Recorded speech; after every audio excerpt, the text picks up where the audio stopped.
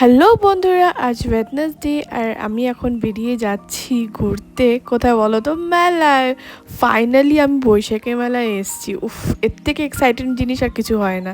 চারিপাশে কত দোকান পাশার, কত কিছু, কত মানে রাইডস চারিদিকে। মনটা যেন ভরে যাচ্ছিল আর ঠিক ছোট্টবেলার কথা মনে পড়ে যাচ্ছিল। আজ থেকে তো আসি না, ছোটোর থেকে আসি এই মেলাতে। যেখানে বসেছে সেখানে এসেছি। কত পুরনো স্মৃতি, কত ভালোবাসা এই মেলাটা জুড়ে আমার।